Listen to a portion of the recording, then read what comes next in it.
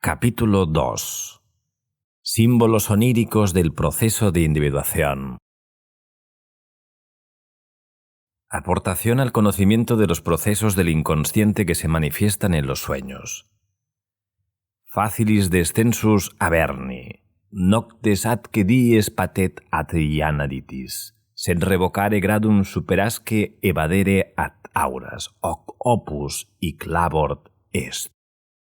Es fácil y sencillo bajar a las profundidades del Averno, pues la tenebrosa puerta del sepulcro está abierta día y noche. Sin embargo, el regreso hacia arriba, a la clara atmósfera del cielo, pasa por un sendero duro y doloroso. Virgilio, Eneida, 6, 126-129. 1. Introducción. A. Material. Los símbolos oníricos del proceso de individuación son imágenes de naturaleza arquetípica que aparecen en los sueños, las cuales describen el proceso de centrado y respectivamente la producción de un nuevo centro de la personalidad. El aspecto general de este proceso aparece expuesto en mi libro Las relaciones entre el yo y el inconsciente. Por ciertas razones mencionadas en dicha obra, denomino también a este centro individualidad, concepto en el cual se debe abarcar la totalidad de lo psíquico. La individualidad no es sólo el punto central, sino también el círculo donde se comprende el consciente y el inconsciente. Es el centro de esta totalidad lo mismo que el yo es el centro del consciente. Los símbolos que presento aquí no afectan a los variados grados y transformaciones del proceso de individuación, sino a las imágenes que se relacionan de forma exclusiva y directa con la adquisición de conciencia por el nuevo punto central. Estas imágenes pertenecen a una categoría determinada que denomino simbolismo mándala, que he descrito con más detalle en la obra El misterio de la floración áurea, en colaboración con Richard Wilhelm. En la investigación que ahora presento quisiera exponer una serie individual de tales símbolos por orden cronológico. Mi material está integrado por más de 1000 sueños e impresiones visuales de un hombre joven formado científicamente, y he trabajado en los 400 primeros sueños en relación con la investigación que aquí ofrezco. Estos sueños se distribuyen en aproximadamente 10 meses. Con objeto de evitar toda influencia, la observación del proceso ha corrido a cargo de una discípula mía, una doctora que comenzaba por aquella época. Esto tuvo lugar durante 5 meses. Después, el sujeto observado prosiguió solo sus observaciones durante 3 meses. Salvo una breve conversación al comienzo, no he visto en definitiva al durmiente en el transcurso de los 8 primeros meses, por lo cual, de los 400 sueños, 355 se produjeron sin contacto personal alguno conmigo. Solo los últimos 45 sueños tuvieron lugar bajo mi observación. No se efectuó interpretación alguna digna de mención, pues el sujeto que soñaba no tenía necesidad de ayuda alguna a causa de su excelente preparación científica y de sus dotes personales. Por tanto, las condiciones fueron realmente ideales para una observación y un registro carente de prejuicios. Los sueños iniciales, 22 en total, los presentaré al principio extractadamente para mostrar cómo está incrustado en el restante material del sueño el simbolismo mándala, que ya aparece muy temprano. Después escojo, siguiendo un orden cronológico, los sueños que tratan especialmente del mándala. Salvo pocas excepciones, han sido abreviados todos los sueños, bien entresacando la parte donde se refleja el pensamiento principal o bien reduciendo el texto entero a lo más esencial, condensándolo en suma.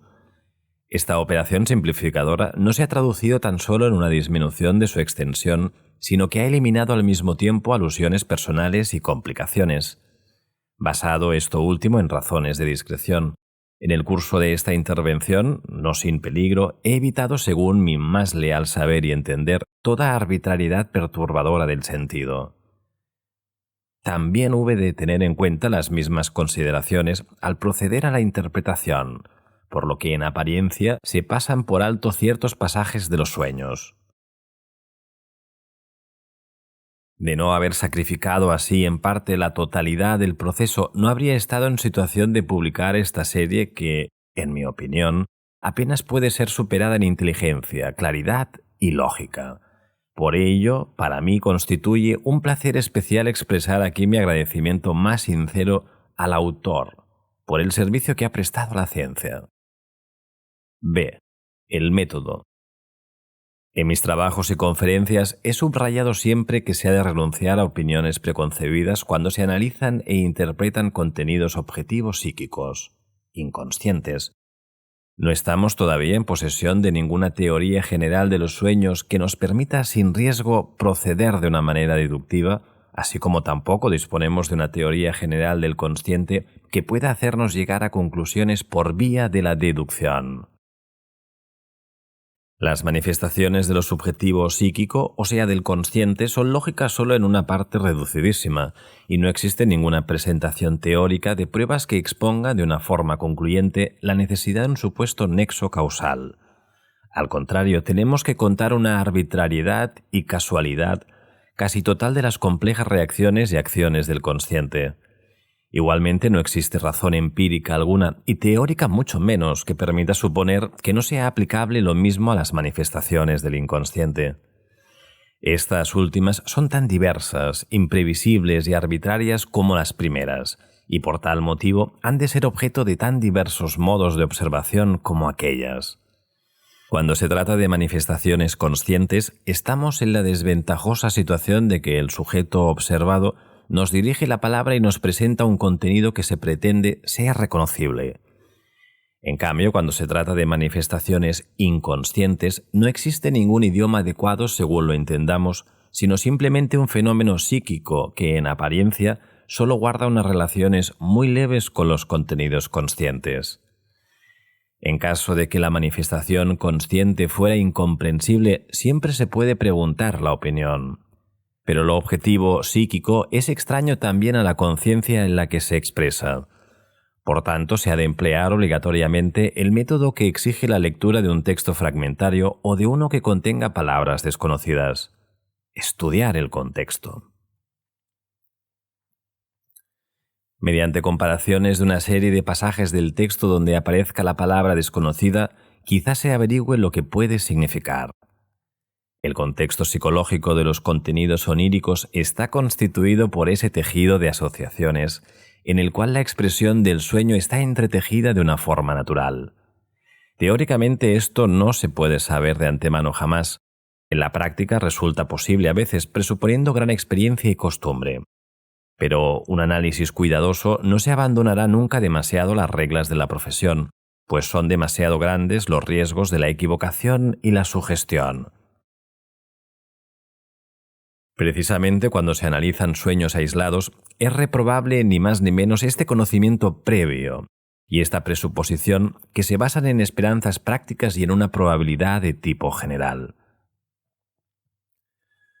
Por tanto, es imprescindible observar la regla de presuponer desconocido al principio todo sueño o cualquier parte de él e intentar una interpretación solo ya después de conocer el contexto, para lo cual se introduce en el texto del sueño el sentido hallado al establecer el contexto y se intenta comprobar si es posible así una lectura fluida o si surge un sentido satisfactorio.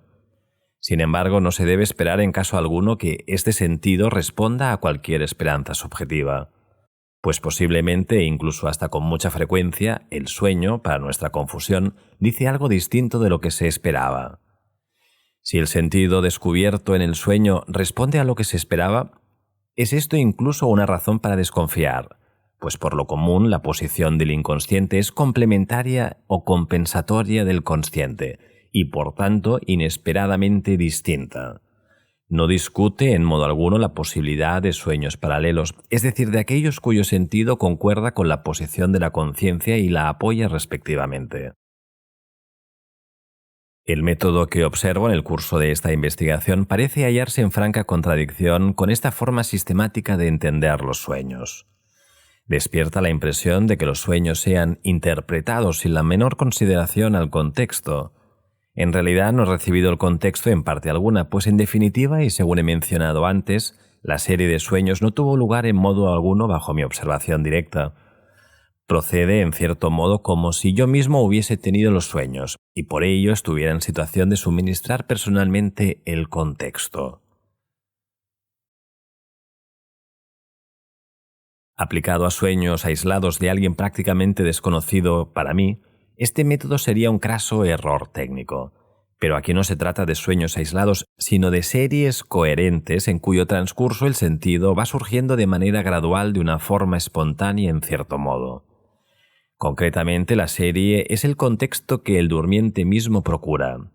Es como si no se nos facilitara un texto, sino muchos, los cuales aclaran desde todos los lados los términos desconocidos, por lo cual la lectura de todos los textos es suficiente en sí para esclarecer las dificultades de sentido de cada uno de ellos. Además, el tercer capítulo de esta investigación estudia un arquetipo determinado que otras fuentes nos han permitido conocer desde hace mucho tiempo, con lo cual la interpretación se facilita de un modo considerable. Cierto que la interpretación de cada pieza individual es esencialmente una conjetura, pero el curso de la serie total nos ofrece todos los medios necesarios para corregir posibles errores en las piezas precedentes. Es lógico que el sujeto soñante, mientras estuvo sometido a observación por mi discípula, no tuviera conocimiento alguno de estas interpretaciones, por lo cual no estaba prejuzgando en modo alguno mediante concepciones de ninguna clase. Por lo demás, y para ello me baso en una abundante experiencia, sostengo la opinión de que se da más importancia de la real al riesgo del prejuicio. Según la experiencia, lo objetivo psíquico es independiente en grado sumo. Si no fuera así, no podría ejercer tampoco su función peculiar, concretamente la compensación del consciente. El consciente se puede amaestrar como un papagayo, no sin embargo el inconsciente. Por esta razón, San Agustín ha expresado su agradecimiento a Dios por no haberle hecho responsable de sus sueños. Lo inconsciente es un elemento psíquico en cuyo ejercicio solo podemos introducirnos en apariencia, y además con una gran desventaja para la conciencia. Queda fuera del alcance de todo capricho subjetivo penetrar en un campo de naturaleza que no se puede mejorar ni estropear, ni en los secretos de esta naturaleza que solo somos capaces de acechar, pero no de apresar con los dedos.